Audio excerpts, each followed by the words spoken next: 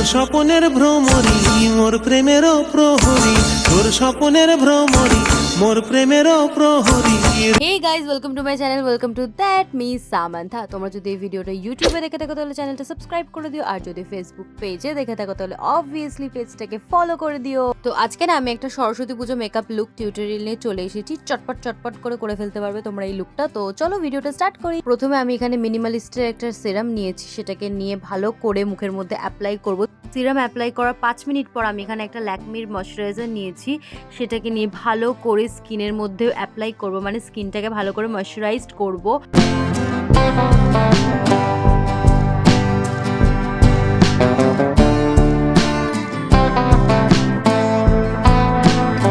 Next আমি using inside 3-in-1 primer. এটা আমার খুব পছন্দের একটা প্রাইমারটা খুবই ভালো। এই প্রাইমারটা একটা সিলিকন বেসড প্রাইমার। ইউজ করার পর না মানে স্কিনের মধ্যে যত পোরস আছে সমস্তগুলোকে রিমুভ করে দেয় অ্যান্ড স্কিনটাকে না অনেক সুন্দর স্মুথ বানিয়ে দেয়। তারপরে আমি ইউজ করব মামা আর্থ হাইড্রা গ্লো সিসি সিরাম। প্রোডাক্টটা ইউজ করার পর কিন্তু ভালো করে ব্লেন্ড করতে হবে, নইলে কিন্তু সাদা ভূত দেখতে লাগবে। এখানে দেখো আমি ভালো করে প্রোডাক্টটা ব্লেন্ড করেছি বলে আমার নেক আর ফেসের কালারটা পুরোপুরি কিন্তু একরকম দেখতে লাগছে। আচ্ছা, তারপর আমি এখানে ইউজ করবো ইনসাইড প্রো কনসিলার প্যালেট থেকে কনসিলার একটা শেড আছে, সেটাকে নিয়ে ইউজ করব আমি চোখের উপরে এবং আমার আপার লিপসে।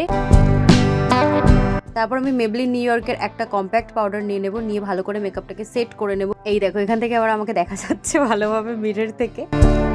এখানে দেখো তোমরা পাউডারটাকে নিয়ে কিন্তু আমি ডিরেক্টলি আমার ফেসে একদমই অ্যাপ্লাই করব না, ভালো করে হাতের মধ্যে ডাস্ট করে নেব আগে, তারপর কিন্তু আমি ফেসের মধ্যে অ্যাপ্লাই করব। তারপর আমি ইনসাইড কসমেটিক্সের একটা ব্লাশ নিয়ে নেব, শেড নাম্বার 05। না অনেক বেশি ব্লান্ডার্স করে ফেলছি, এটা কি মানে কি দিকটা কি হয়েছে, মানে এদিকটা না এক গাদা ব্লাশ আমি দিয়ে ফেলেছি, পুরো ফেড লাগছে কিরকম। এই ব্লাশটা আমার অনেক ফেভারিট একটা ব্লাশ। তোমরা ব্লাশটা একটু বেশি করে অ্যাপ্লাই করতে পারো, আমি তো বেশি করে অ্যাপ্লাই করি, আমার খুবই ভালো লাগে। দেখো এক গাদা অ্যাপ্লাই করেছি, ব্লাশটা এতটাই বেশি ফেড হয়ে গেছিলো, মানে চারিদিকে ছড়িয়ে গেছিলো, তার জন্য আমি না কিছুটা ফাউন্ডেশন ওর মধ্যে অ্যাড করেছি, অ্যাড করে ব্লেন্ড করে নিয়েছি। তারপর দেখো লুকটা ঠিকঠাক লাগছে, আগের মতো ওরকম ফেড লাগছে না। আইশ্যাডোর জন্য আমি এই আইশ্যাডো প্যালেটটা থেকে একটা নিউড শেড নিয়েছি, নিয়ে ভালো করে আমি আমার ক্রিজ এরিয়াতে অ্যাপ্লাই করে নেব। অ্যাপ্লাই করে নেওয়ার পর একটা ডার্ক নিউড শেড নেব, আউটার কর্নারে অ্যাপ্লাই করবো এবং প্রোডাক্টকে ভালো করে ব্লেন্ড করতে আমি আমার ক্রিজ এরিয়াতে নিয়ে আসবো। তারপর আমি এলিটিন একটা আইলাইনার ইউজ করব, আর এটা হচ্ছে কি সবচেয়ে একটা ডিফিকাল্ট কাজ, মানে আমি কখনোই প্রপার ড্র করতে পারি না, দুটো দুরকম হয়। My god, this is so good. মানে আমি অনেকটাই ক্লিয়ার একটা লাইনার ড্র করেছি, আই ডোন্ট নো কি কেমন লাগছে।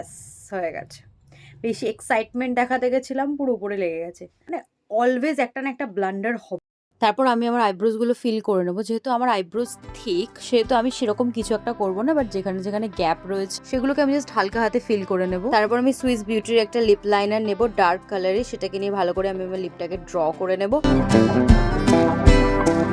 তারপর আমি মার্সের একটা লিপস্টিক ইউজ করবো, আর এই লিপস্টিকটা এতটাই বেশি ইউজ করা হয় যে এটার অবস্থা খুবই খারাপ, দেখতেই পাচ্ছ লিপস্টিকটা ভেঙে গেছে লিটারালি। তারপর আমি আমার লিপস্টিককে আরো যাতে সুন্দর দেখতে লাগে তার জন্য ম্যাটিমির একটা লিকুইড লিপস্টিক নিয়ে নিয়েছি, সেটাকে নিয়ে আমি আমার সেন্টার লিপে অ্যাড করে নেবো।